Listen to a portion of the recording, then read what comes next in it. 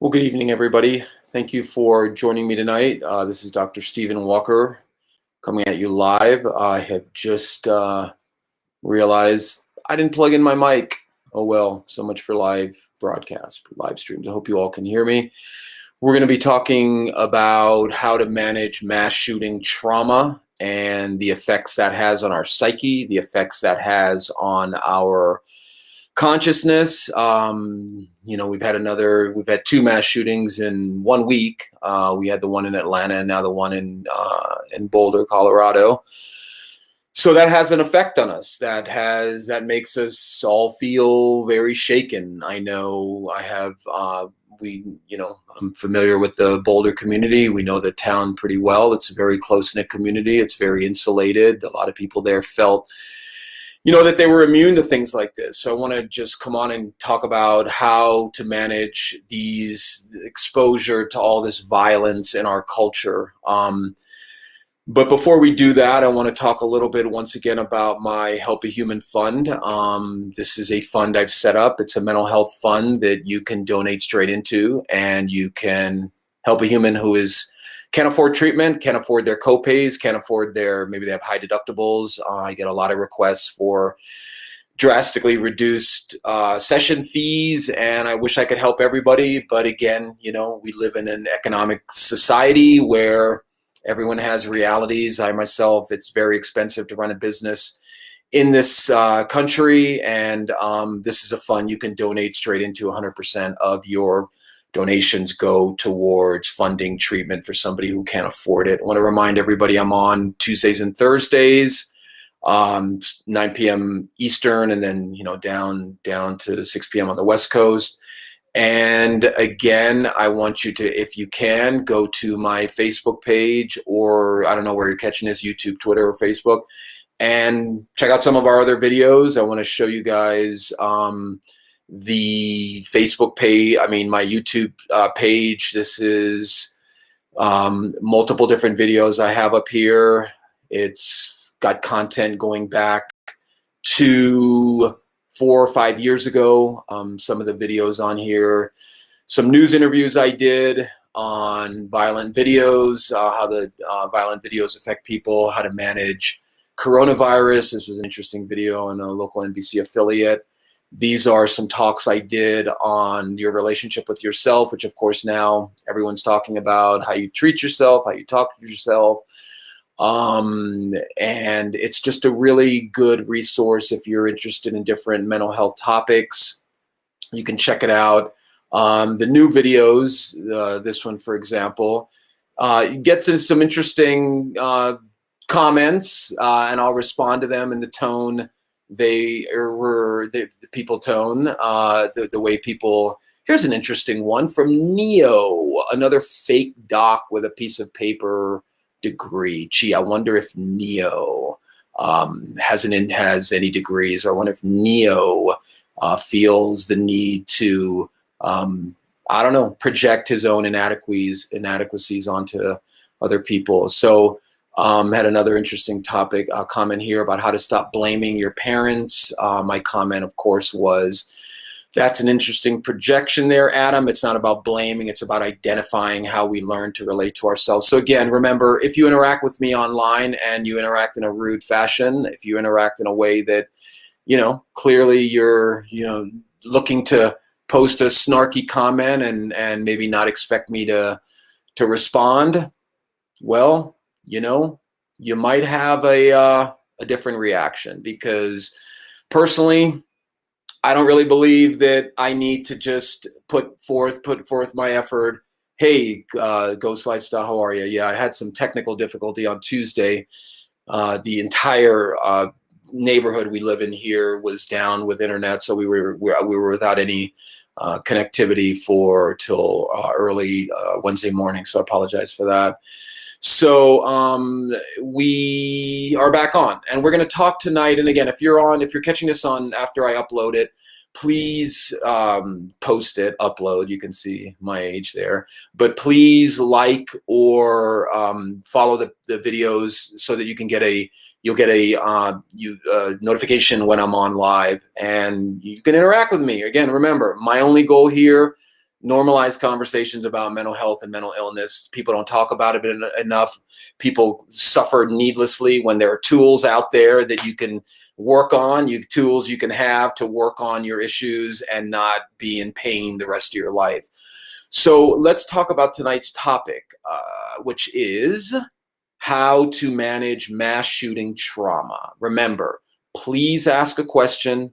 Please make a comment.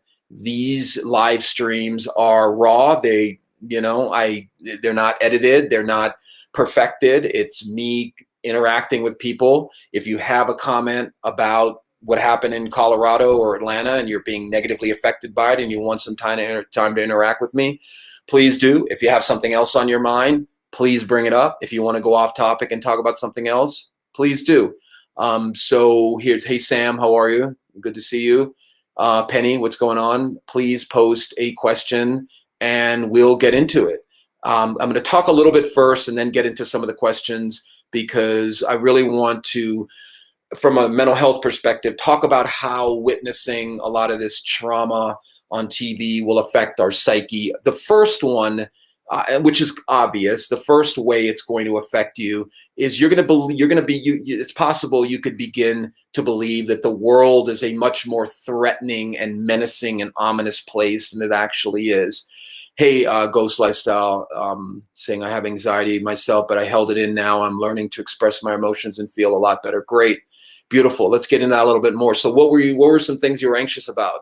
I hate using the screen names because they're long and it's obviously I'm interacting with a screen name, but I'll just call you Lifestyle. Lifestyle, what are some things you were anxious about? But when we witness mass shootings, it infiltrates into our psyche, and I'm going to try not to use too much psychological jargon and keep it very basic and real. But basically what happens when we witness something like what happened in Boulder a few days ago, we are what's called vicariously traumatized by it. We may not have been there, but we feel the trauma in multiple different ways. Maybe some people feel it like, wow, that could have been me, or that could easily have been me, or you think that could have been a family member, or you empathize when you start. Now we're starting to get some of the stories out that a lot of the people that were shot, 3 of the people that were shot were, just doing their job at King Soopers, a supermarket there, and they were gunned down. Now it's coming out about the shooter himself. I saw an interview where they were interviewing former classmates, and guess what, people? Guess what the shooter was? He was bullied. He was bullied in school. He was picked on because of, I guess, his Muslim name, and he had a horrendous experience growing up, and he had some mental health issues that clearly were not addressed, okay? So again, when these shootings happen, we have a way of believing that everybody is capable of something so drastic, and that's just not the case. Not everyone is capable of shooting innocent people. That's just not going to happen. Everybody is not capable of that. Now, are a lot of people capable of that in a situation where they're being attacked or they're defending somebody? Maybe the odds go up there. But when you talk about random acts of violence like this, it's not that normal in the sense that it could happen at any time, okay? That's one of the things that we need to remind ourselves when negative things happen. We can't fall into the idea that this is going to happen to me, because then our anxiety is going to go up, our paranoia is going to go up, and we're going to live in a very pessimistic, dark place where we genuinely feel that at any moment something like that can happen to me. Now, that being said, one of the things I highly encourage people to do when they're out in public, because this is America, and because the cowboys settled America, we can't have any gun control. We can't have any gun legislation. And let me just say this point blank, people. I am a concealed carry permit holder. I do not believe, and yes, I lean more liberal, but I do not believe in restricting gun use for people. What we're talking about is common sense gun control. Guess what the shooter did 4 days before he bought that assault rifle? Well, I just told you, I just gave it away. 4 days before the shooting, he bought the assault rifle with no background check, okay? This is the basic things we can do. We can restrict high capacity magazine. Well, anyway, we didn't need to get in all that. Excuse me. What the reason is, I don't want people then posting, "Oh, you're just a bleeding heart liberal, and you just want to take our guns away." You know, that's such a banal, myopic way of interacting with people, thinking that everybody is what you see on Fox News or CNN or whatever it is. Trust me, most people I know are more center oriented, and most people have common sense when they think, well, wait a minute. I mean, do we need assault rifles? And I know it's a semi-automatic long gun. I know the whole argument. I get it. No, I don't feel we need semi-automatic rifles in the hands of people who only want to do battle with them. So yes, I do believe, and like I said before, I'm a concealed carry permit holder. I do believe there should be licensing, there should be regulations, and there should be insurance. Gun owners should have to carry insurance, just like a car. You should have an age and all of these things. But again, because of our cultural conditioning in the United States, no, man, we can't have any regulation on the guns, because that's going to mean the slow descent into socialism. And the one thing, when you give up the gun, it's all nonsense. Remember, one of the main themes that I talk about on these live streams is questioning your conditioning. Okay, questioning why you think the way you think.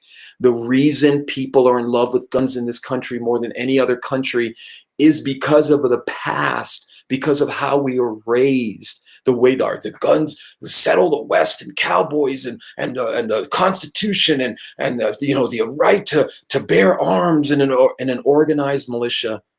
Anyway, okay, back to how to manage mass shooting trauma. The main way is to interact with your anxieties and fears and question the legitimacy that the world is filled with threatening death, ominous related activities and people. The majority of the people on this planet, and remember, I've been doing this work for 25 years, people, coming up on 25 years. I've worked in prisons. I've worked with the worst kind of offender you can imagine. Imagine the worst kind of offender. I've worked with them, okay? So, and yes, believe me, after all that time, you know what my advice to most people is? The world is filled with way more good people than bad people. The world is filled with way more people who want to help and who honestly just want to be left alone, and they don't want to mess with you, and they don't want you to mess with them. Way more. So one of the ways that mass shootings and watching this on TV and all that affects us, it clouds our perception of the actual threats that we live in, the actual threatening world that we live in. Okay. Hey, mister, how are you? I haven't seen you here before. I'm going to get to all the questions. So again, remember, the topic tonight is how to manage mass shooting trauma, but this is about interacting with me. So if you have mental health questions, if you're going through something, you need some advice, I'm not going to do therapy on you, but I can maybe point you in the direction. I can give you an idea of what working with a licensed mental health practitioner is like. So please feel free to ask me anything that you'd like that's on your mind. Remember, the idea of holding in our negative thoughts and emotions, and I don't know if how many people, if you're, again, remember, please subscribe to my YouTube page. This is a story that I posted on my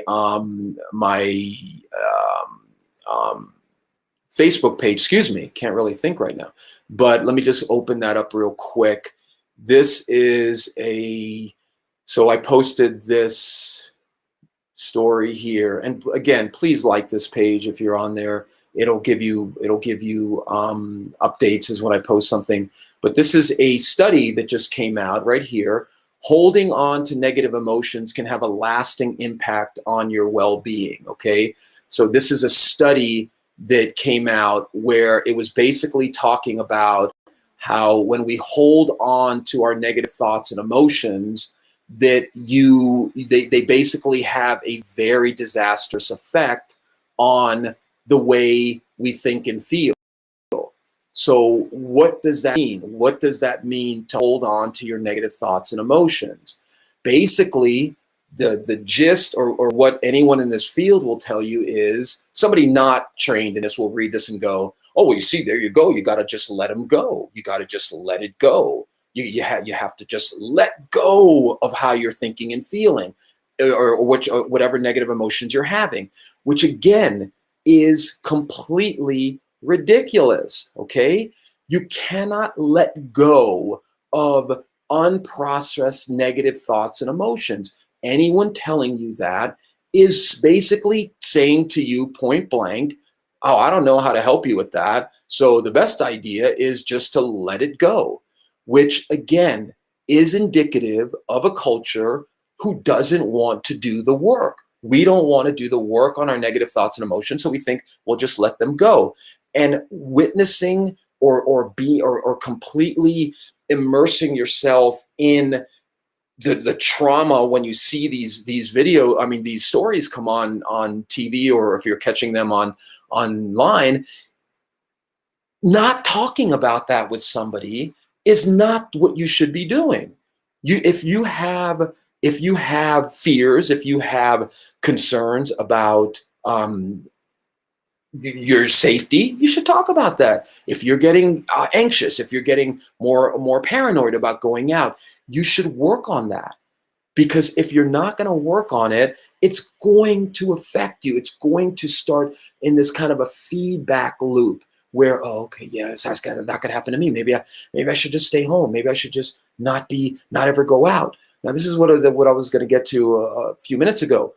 When you're out, I'm not saying just be. I saw one video of this gentleman who was walking in the store while there was the shooter inside, and he's just looking at his phone like, what's going on? Like, he had no idea that a car had just rammed the front of the store. There were two bodies out in the parking lot, and he's completely oblivious to this.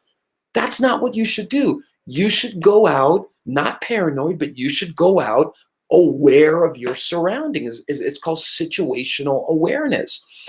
Once you develop more situational awareness, you're going to be able to be more relaxed, because you're not going to be one of these people who's completely just caught off guard. You need to be aware of exits. You need to be aware of people coming in. You need to be aware of erratic behavior. You need to be aware if you're in the parking lot, a car speeding through the parking lot, shooting people and ramming into the front of the store. There's nothing wrong with a certain degree of awareness. Now, paranoia is, oh God, oh my God, that's going to happen to me if I go out. I'm going to get shot, or you become overly protective of your family members or people you care about. No, that's when it's going too far. So one of the main ways to manage mass shooting trauma when you're witnessing it is to remind yourself that the odds of that happening to me are very slim. Okay, you've got to engage with the paranoia or the thoughts and emotions that are causing you to feel a certain negativity for the world around you and people around you. More and more is going to come out about the shooter. More and more is going to come out where you will see a pattern of a young, he's only 21, paranoia is horrid, Sam, absolutely.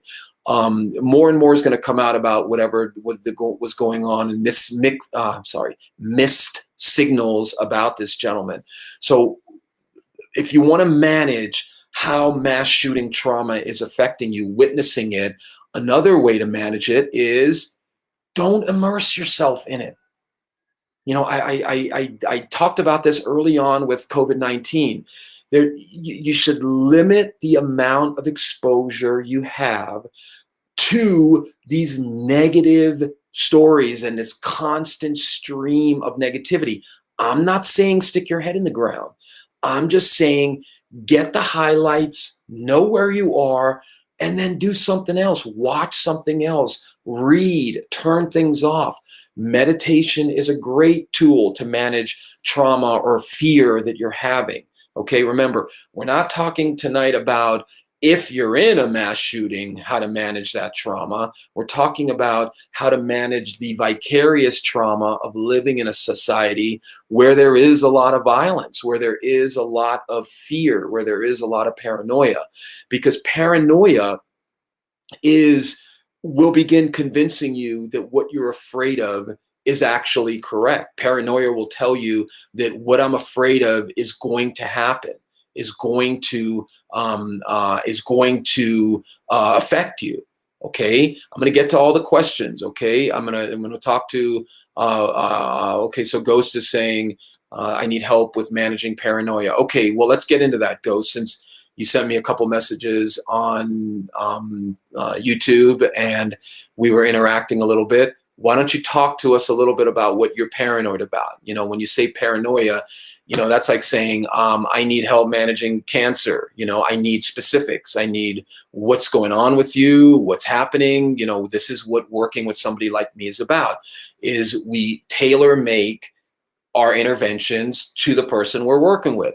Unlike unlicensed self-helpers will write a book thinking one size fits all. Everything, whatever I'm advising, you know, whatever life coach or whatever is believing that whatever they're saying is some universal thing. It's not. Okay, so let's see what he's saying here. I'm in a relationship and I get paranoid. Okay, I think that something might happen to my girlfriend. Well, that's good. Thank you for sharing that.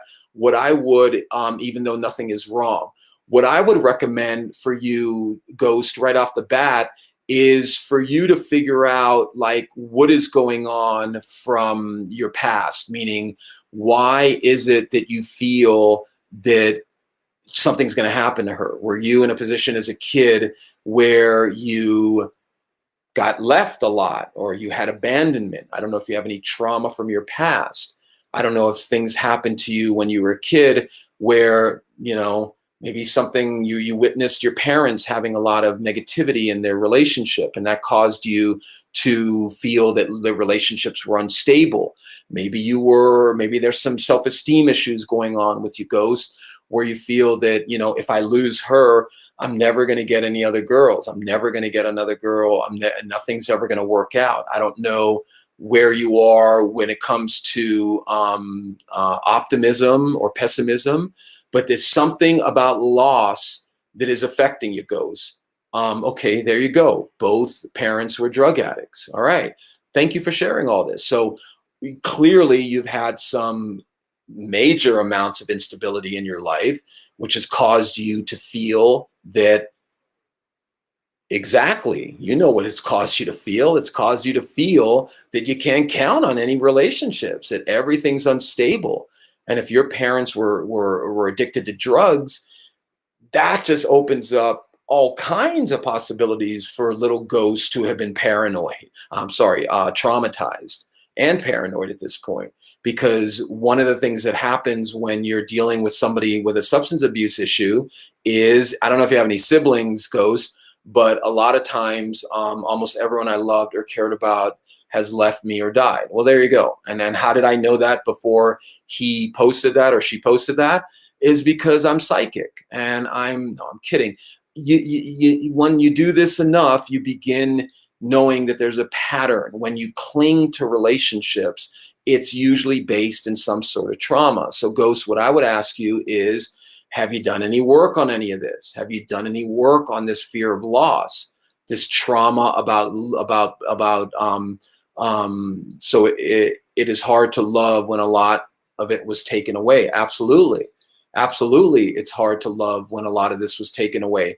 But what I'll remind you of, Ghost, is there's ways you can work on this. There are ways you can work on this. Because one of the things about trauma is that it convinces us that we're a lot more messed up than we actually are.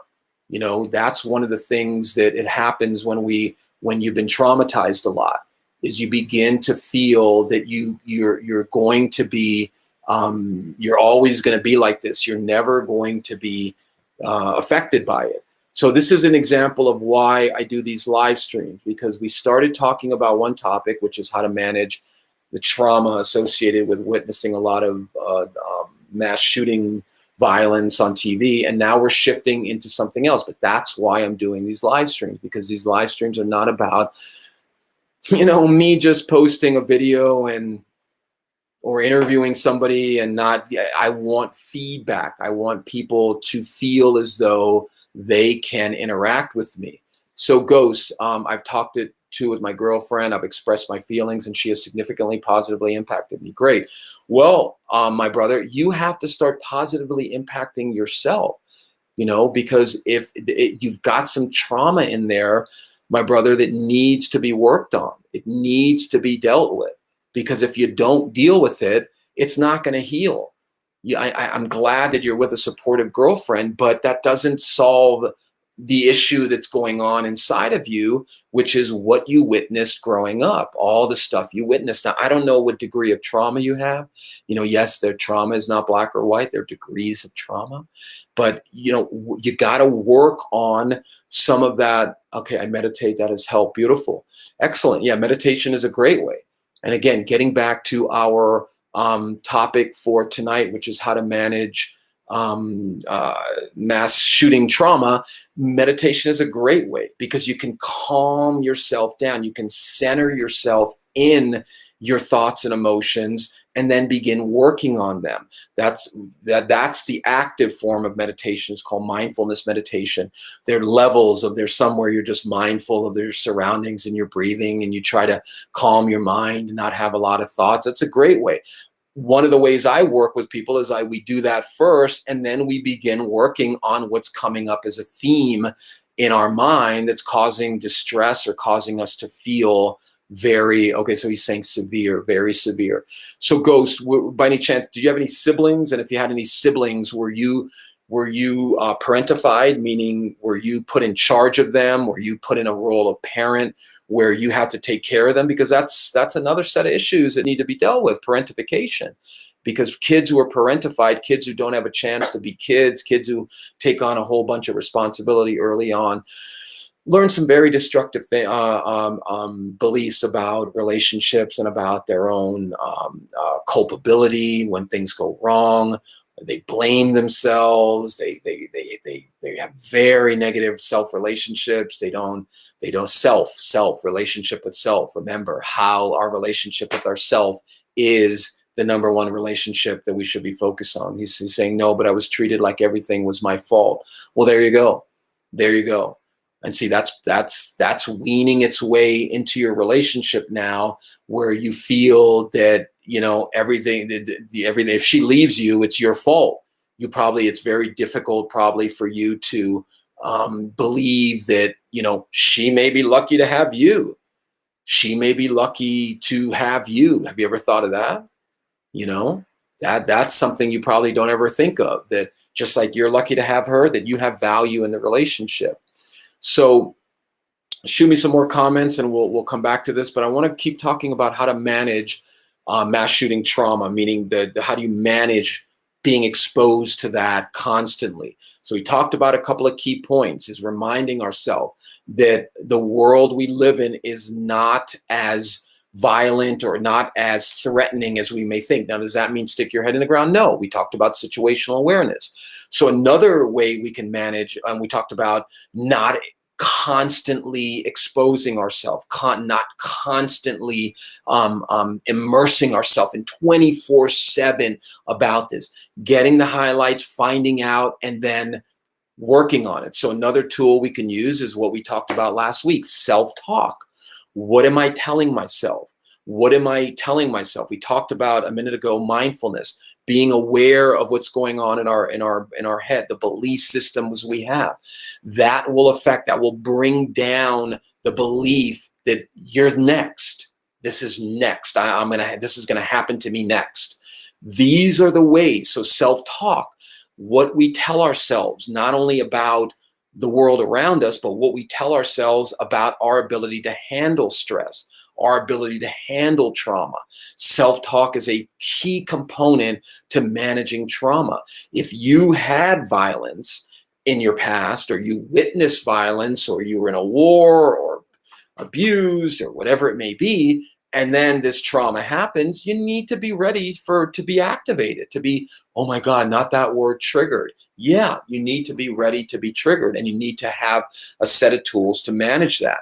So if you have trauma that's being triggered by witnessing mass shooting trauma, you know what I'm going to say, people? That's usually an indication of work that needs to be done, and work that you should be focusing on so that you can not be so affected by it. But the main thing, and again, all of these are tools you can use, but the main thing is what I call the it's okay pill, okay? The it's okay pill is you saying to yourself, it's okay that this is bothering me. It's okay that I'm being affected by this, but I got to work on that. I got to work on the belief system that's telling me that the world is filled with ominous, threatening people that I need to be constantly be afraid of. You know, one of the things about people who are traumatized and get triggered by an event that they're watching or that they're remembering or whatever is they hate that they've been triggered by it. They hate that it's triggering something in them. They hate that they're afraid. They hate that they're this and that. And these are the issues that you can work on with somebody like me, where you can talk out these fears that you have about certain situations. So Ghost is following up. Great interaction tonight, Ghost. Again, please, anyone watching, shoot me a question. This is why I'm doing it. He's saying, no, I was not parentified, but I was treated like everything was my fault. Okay, I got to that one already. I also say sorry a lot. I say to myself, why do I say that? Well, there you go. There you go. I'll bet you, Ghost, and again, tell me if I'm wrong, but I'll bet you that you got blamed a lot for things growing up. I bet you a lot of people held you, and maybe it wasn't parentified where you're taking care of somebody, but it sounds like you were blamed a lot for things. Let's see, I beat myself up a lot. There you go. And I have been working on it. Great. Sam saying, keep working on it. Beautiful. But Ghost, when you say you're working on it, brother, you got to have some talking out time. You know, you can work on it without talking about it, but talking it out and working it through, hearing yourself say things, getting feedback, feeling those feelings in a healthy environment. Remember, I know it sounds corny, but what we do is we try to help people feel things so they can heal them. But you can't just feel them without, you know, some help on how to feel with it, because you could get flooded and then you could feel like, oh my God, and then who knows where that could lead.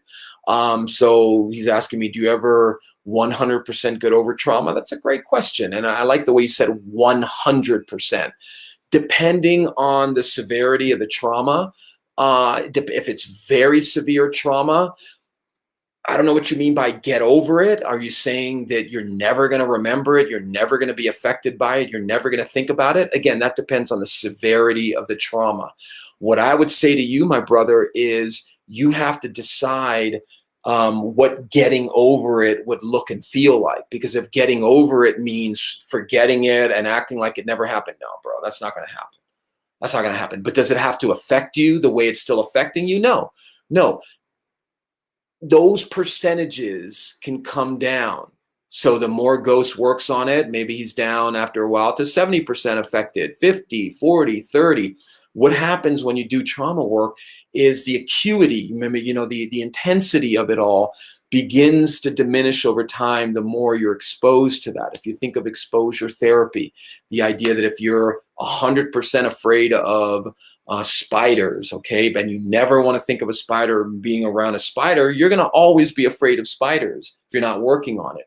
What a good exposure therapist will help you do is slowly expose you to the spiders so that you become acclimated and used to how you feel when you're around a spider, and then they'll gradually expose you more and more and more. But that takes skill and trauma, people.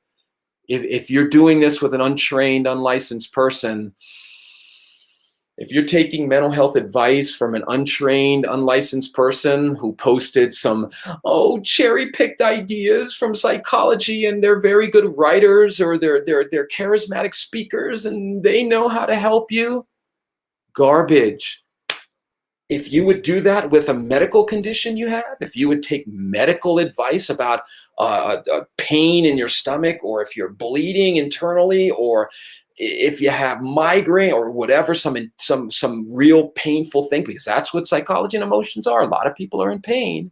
Okay, a lot of people are in pain. If you would take medical advice from somebody that, oh well, I think this, well, it helped me, so it'll help. All these people writing these self-help books with no training and no experience in the field, you're rolling the dice because you have no idea how that one cherry-picked piece of psychology is going to affect you, and they don't either. And people don't care about that. People don't care how their book is going to affect you, because they, let's be real, likes and money, So let's see here. I get in trouble when I did not lie about what I did. I got in trouble when I did not lie about what I did. If I was not what they wanted to hear, then they will think it is not true. Okay, so then you got trust issues too going on in a relationship. It's difficult for you to trust people or to feel like you can be trusted, or half-assed advice. Yes, exactly, mystery chess player, exactly. And that's why I continue to recommend, if you're going to read a book, if you're going to work on an issue that you have, please find out who that writer or speaker is. Please. I know they got great names and it all sounds so good. It is literally stolen things from psychology and psychologists that either they had treatment or somebody, and they're good writers. I'm not saying they're not good writers, but they're putting out ideas that need context. They need context to be effective.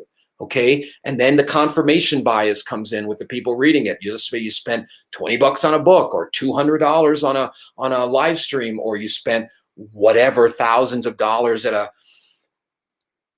I don't want to name any names, but what happens is the confirmation bias kicks in and you start oh yeah, this is helping me. Yeah. This is helping me.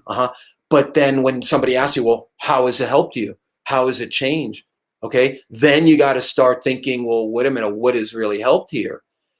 You got to work on these issues. Okay. Depending on the severity of your trauma. Okay. You've got to work on it. So Ghost, my advice to you, let's see, my anxiety gets bad and my head hurts and my stomach starts to feel like it's being wrung out like a towel. Any advice? Yes, my brother, this is my advice. Find a therapist, find somebody licensed, find somebody you can start talking about what is fueling that anxiety, because you're having physical feelings within your body based on your anxiety. Remember? Oh no, the mind doesn't affect the body. No, oh no. It's all in his mind. No, it's absolutely can affect the body, and this is exactly how. This is exactly what I'm talking about. So my advice to you, my brother, is you need to get and start working on some of that trauma, because on the scale of trauma, exactly, Sam, and there's nothing wrong with getting help, Ghost, and anyone watching this. There's nothing wrong with talking to a licensed mental health person, nothing at all. Okay, if there's nothing wrong with going to a licensed dentist, if there's nothing wrong with going to a licensed cardiologist, if there's nothing wrong with going to a licensed massage therapist, if there's nothing wrong with using a licensed plumber, there's nothing wrong with getting help from a licensed mental health person who can help you with what's going on. I have to go at 8:45 or 9. Okay, well, you can check out the end of it. I'm going to log off soon too, but you should definitely get some help, my brother, with somebody and start talking out, because like I was going to say before, on the trauma scale, so let's say it's reverse, but let's say, I don't know, this side is 0%, this side is 100%, and this is the trauma scale. Yes, my brother, from what you're just telling me tonight, because I've worked with addicts, I've worked in multiple treatment facilities, I've worked with kids who have gone through addicted parents. You're more on the scale, bro. I'm not saying you're deranged and crazy and all that. I'm not saying that, but I'm saying that your trauma is more on the mild, moderate, severe. You're more on the moderate to severe angle, because I don't know what you witnessed, bro. I mean, if you had two drug addicted parents, I can just imagine what you must have witnessed. Violence. I don't know if they were beating up each other. I don't know if they were beating you up physically. I don't know. So all I'm saying to you, from the little you've gotten to me, my advice to you is find somebody you can do some treatment with. I don't know if you have health insurance. I don't know if you have access to some money. But again, this is why I keep pushing my Help a Human fund, okay? My Help a Human fund is set up through one of the fundraising sites that you can donate into, and 100% of the proceeds go towards helping a human who needs some treatment, who can't afford it. There are many people who have lots of money who may not need treatment, but guess what? There are a lot of people who don't have any money who need help and they can't afford it, or they have these insanely high deductibles, or they lost their job and they're freaking out and they have no one to talk to. So what I recommend to everybody is check out my fund, Help a Human Fund. If you can donate, donate. If you can't, so be it. It's set up there for me to try to help people. So what I would recommend to you, Ghost, is you need to work on that, okay? You need to work on that, like Sam is saying. I'm not diagnosing you with PTSD, but you definitely have some post-traumatic stress, and it needs to be worked through, okay? So I hope that helped. Shoot me some messages or whatever, and we'll see, maybe we can chat a little on over through YouTube. So I hope it helped. But listen, before you log off, Ghost, don't give up. Don't fall into hopelessville, meaning hopelessville is that area we live in our brain where we know the future and we know it's hopeless. You don't know that. Healing is always possible, but you got to work on it, okay? Mystery chess player saying, I hate those books that promote studies that only sell a sugar pill. Yeah, I'm so careful of reading or being part studies. They're so-called helpful, but are only part of a whole. Yeah, I hear you. Truly cancer. So I hear you. And the problem with a lot of that mystery is saying, I'm new here. I'd love to learn more about the It's Okay pill. It sounds sort of gimmicky. I know it does. I like it becoming complacent. Is this or more than this, or it's much deeper than that, my brother or sister. Basically, what the It's Okay pill, and you hear it now. If it's okay to not be okay. That's obviously, what we in the field have been doing for years, trying to help people be okay with not being okay. But how I've coined it is, people love taking pills. People like the idea of a pill, and a pill will solve everything. So I basically took it another level, and I call it the It's Okay pill. The It's Okay pill is reminding you that it's okay how you feel. It's okay how you feel, but you got to work on it. If you've seen on some of my other live streams, I break down acceptance, making it okay, into two parts. There's active acceptance and passive.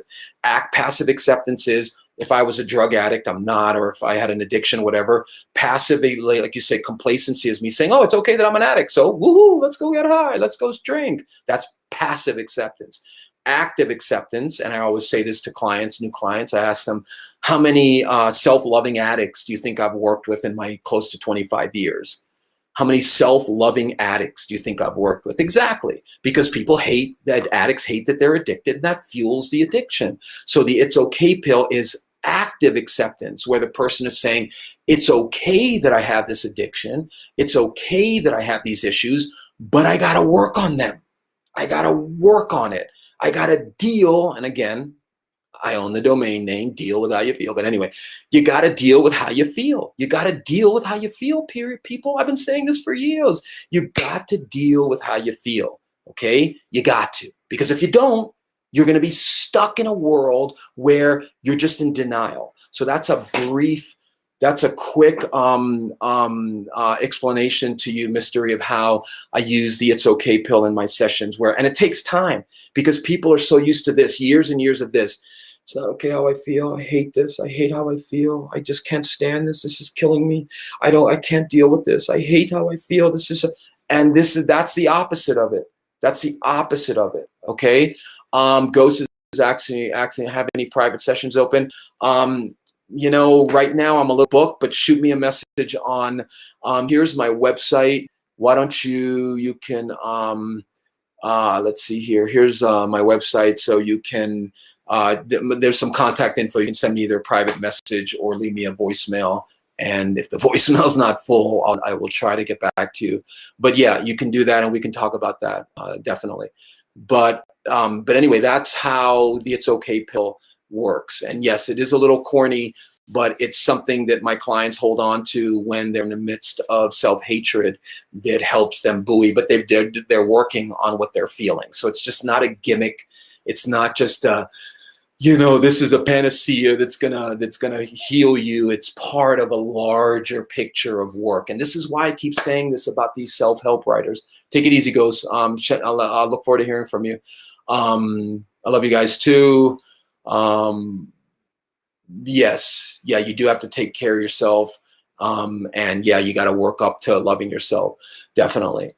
This is why I take exception with a lot of people who are making millions of dollars selling snake oil, because they're taking one piece of a whole picture and acting like that's going to heal you, and it's snake oil. And you should definitely question who you are getting your mental and emotional help from. You should question that. If you're working with a coach, if you're working with, I don't know, some group or somebody online, take care, man, and they have no training in the field, I'm sorry, and I know people will say this, well, you're biased and well, yeah, you know what? I am biased because I know what works and I know what doesn't work. And a lot of what I see out there deepens the problem. It's this idea that you can let go and get rid of negative emotions without working on them, that somehow you can just let it go and not have it affect you anymore. And that's part of what cycles people in these ups and downs and eventually makes them give up on doing the work because they don't want to deal with it. So to close out here, ways to manage mass shooting trauma. We talked about a few, okay? The main way to manage it is to be mindful of what beliefs you are allowing to become macro. Sorry, scared. Something just fell in the other room. Macro beliefs, basically beliefs that encompass the entire universe, your entire area. You've got to focus on micro beliefs, working on a smaller level so that you don't let a lot of what you're seeing out in the world affect your belief that everything is out there to scare you. And it's funny, something falls in the bathroom and scares the crap out of me when I'm talking about fears. Isn't that perfect? So life is certainly funny sometimes. Like the other day, I did a live stream on perfectionism. Never had any issues with doing these live streams technology-wise. 4 times the stream got interrupted. One day I did a talk on perfectionism. So basically the idea is to manage the belief that mass shooting trauma, it will create in you that the world is dark and pessimistic and filled with ominous threats, and there's somebody right around the corner waiting to do you harm. That's when you should be checking in with yourself saying, whoa, has that happened to me? Has that happened directly to me? No. So if it hasn't happened directly to me, I have to that it won't happen to me. Now, if it has happened to you and the trauma of seeing it again has stirred you up, you've got to you got to work on whatever is coming up. You got to make it okay. It's okay that I'm getting stirred up again, but I got to work on it. Okay. So that's just a real, a buckshot approach to mass shooting trauma. The fear that we all feel after that will convince us that the world is just spiraling out of control. And, I could see where you would feel that, because that tends to be the media, and people do tend to gravitate towards this idea that I'm not being pessimistic, dude. I'm being realistic. And I love when people say that, because it ain't true. Why is optimism not as real as pessimism? And again, a lot of it goes back to early childhood trauma that people are not working on, okay? People think they're ashamed that their trauma from their past is still affecting them. They don't like to admit, oh, I got mommy and daddy issues. Oh, no. Well, guess what, people? You got mommy and daddy issues because mommy and daddy had issues and you're not working on the issues. You're ashamed that it's still affecting you. And I'm here to tell you, there's nothing to be ashamed of if your past is still affecting you. If your trauma, if things you're working on are still affecting you, you got to make that okay in your mind and then work on it. And how do you work on it? Talkthingsout.com. Talk things out so that you can talk them out. So you can hear yourself and process it and get feedback, okay?